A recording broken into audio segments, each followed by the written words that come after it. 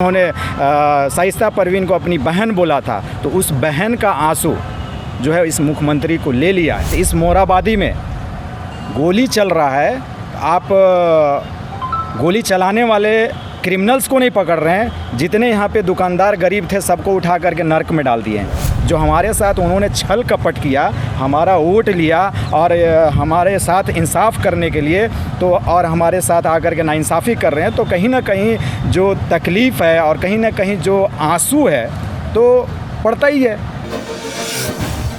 नमस्कार, मैं प्रियांशु शेखर, आप देख रहे हैं जनचर्चा टीवी और हम पहुंचे अभी सीएम आवास। जिस तरीके से सियासी उठापटक अभी झारखंड में चल रही है, इसकी शुरुआत कहां से हुई है?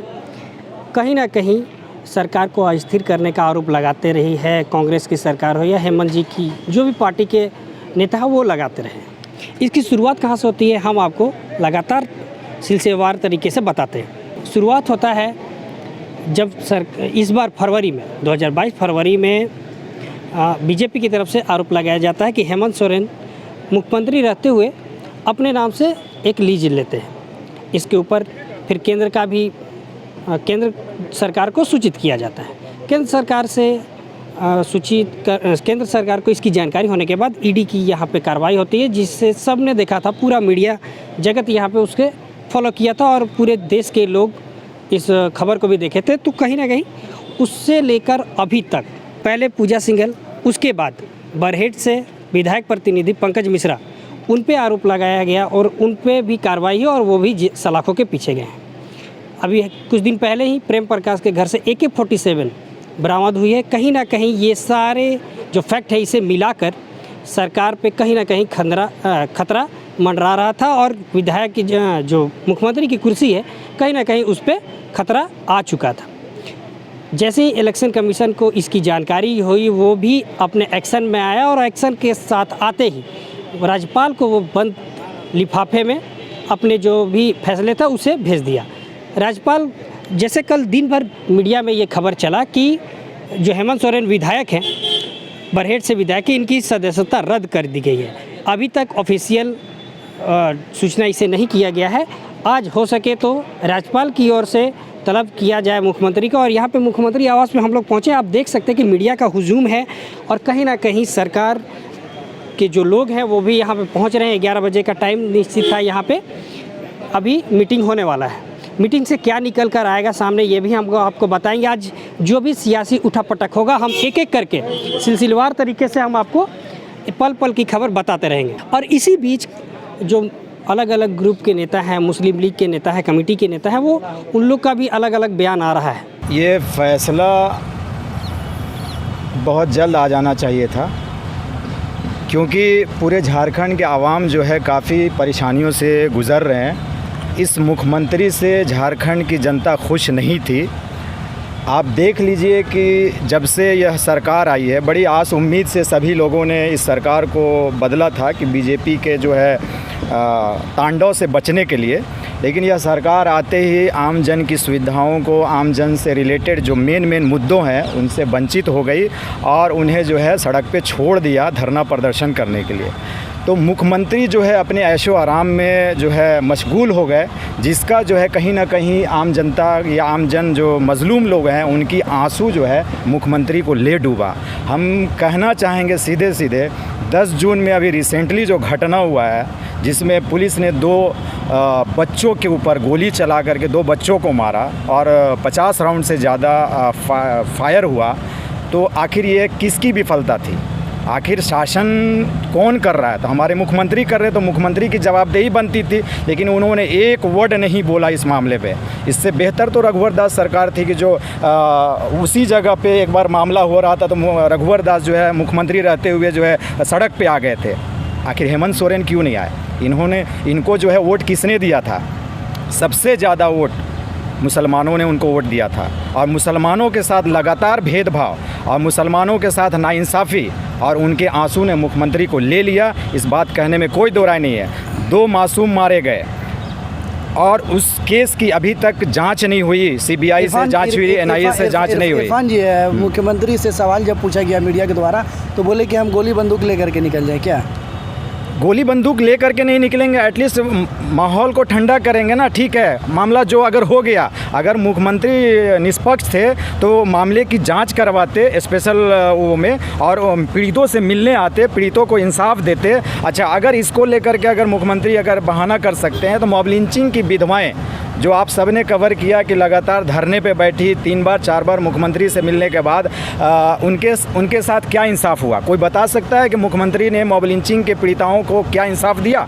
सारे लोग आज भी वैसे ही के वैसे हैं। मुख्यमंत्री ने एक जो है बड़ा सा शगुफा बना के कि बिल पास हो गया और वाहवाही हो गया, और उसका जो है उन्होंने गुलदस्ता भेंट के स्वरूप में ले लिया। लेकिन वो आज देखिए कि मॉब लिंचिंग पे जो कानून था, राज्यपाल ने उसको वापस कर दिया। तो वापस किया तो मुख्यमंत्री ने पुनः उसमें सुधार करके फिर से क्यों नहीं राज्यपाल को भेजा? तो ये सारे विधवाओं के आंसू, जो मान लीजिए अभी रिसेंटली उन्होंने शाइस्ता परवीन को अपनी बहन बोला था, तो उस बहन का आंसू जो है इस मुख्यमंत्री को ले लिया है। और उसके साथ साथ पूरे झारखंड राज्य के मुसलमानों ने, खास करके मुसलमानों ने, सभी लोगों ने वोट दिया था, लेकिन 99% मुसलमानों ने इस मुख्यमंत्री को वोट दे करके लेकर आया था।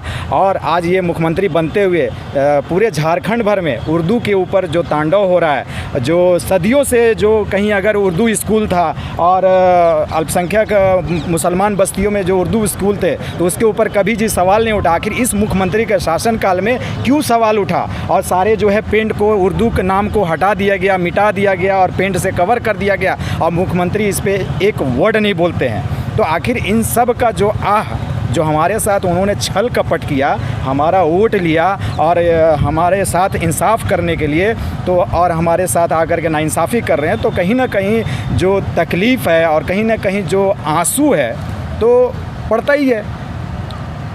वो उन सभी का आंसू, उर्दू के साथ नाइंसाफ़ी, मॉब लिंचिंग के विधवाओं का आंसू, 10 जून में जो साहिल और मुदस्सिर मारे गए उनकी माँओं का आंसू, हम समझते हैं कि इस मुख्यमंत्री को ले डूबा। साथ साथ इस मोराबादी में गोली चल रहा है, आप गोली चलाने वाले क्रिमिनल्स को नहीं पकड़ रहे हैं, जितने यहाँ पे दुकानदार गरीब थे सबको उठा करके नर्क में डाल दिए हैं। इनका आंसू, इसी पेड़ में लटक करके एक दुकानदार ने आत्महत्या कर ली थी, उसकी विधवा का आंसू आखिर कहाँ जाएगा?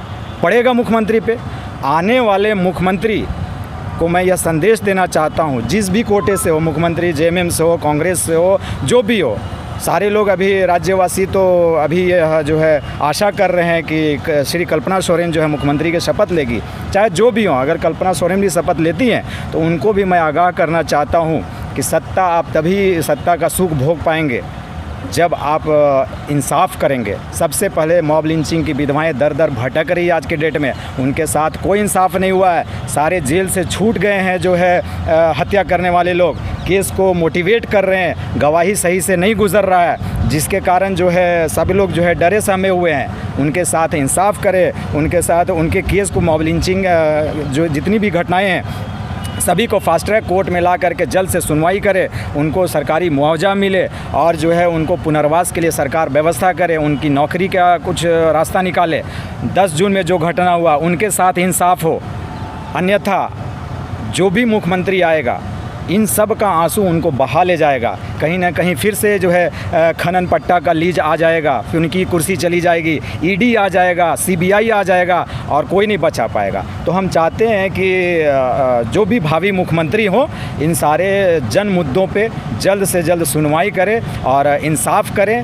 जिस आश उम्मीद के साथ लोगों ने उनको वोट दे करके सत्ता पे बैठाया है, उसके हक में वो काम करें तो उनकी दुआएं मिलेंगी। तो जो भी परेशानियां हैं, जो भी दिक्कतें हैं तो कटती है, दुआओं से कटता है। लेकिन अगर हमारा बद्दुआ लेंगे, कितनी माएँ और महिलाओं जिनके पति को मार दिया गया, उनका जो है बद्दुआ लेंगे तो आप सत्ता का सुख कभी नहीं भोग सकते। आप देखिए बड़ा हज़ारीबाग में रूपेश पांडे का हत्या होता है और मुख्यमंत्री और सारा सरकार उससे मिलता है और उसे मुआवजा देता है, सरकारी नौकरी देता है। हम ये नहीं कह रहे हैं कि रूपेश पांडे को नहीं मिलना चाहिए था, उसके साथ नाइंसाफ़ी हुई थी, उसको जो है जितनी भी सरकारी जो सुविधाएं मिलनी थी मिली, हम उसका इस्तकबाल करते हैं। लेकिन उसके साथ तबरेज़ की विधवा को क्यों नहीं, अलीमुद्दीन के विधवा को क्यों नहीं, बाबर अंसारी के विधवा को क्यों नहीं? तो ये सारा है, आखिर ये भेदभाव क्यों? भेदभाव तो काम भाजपा का है।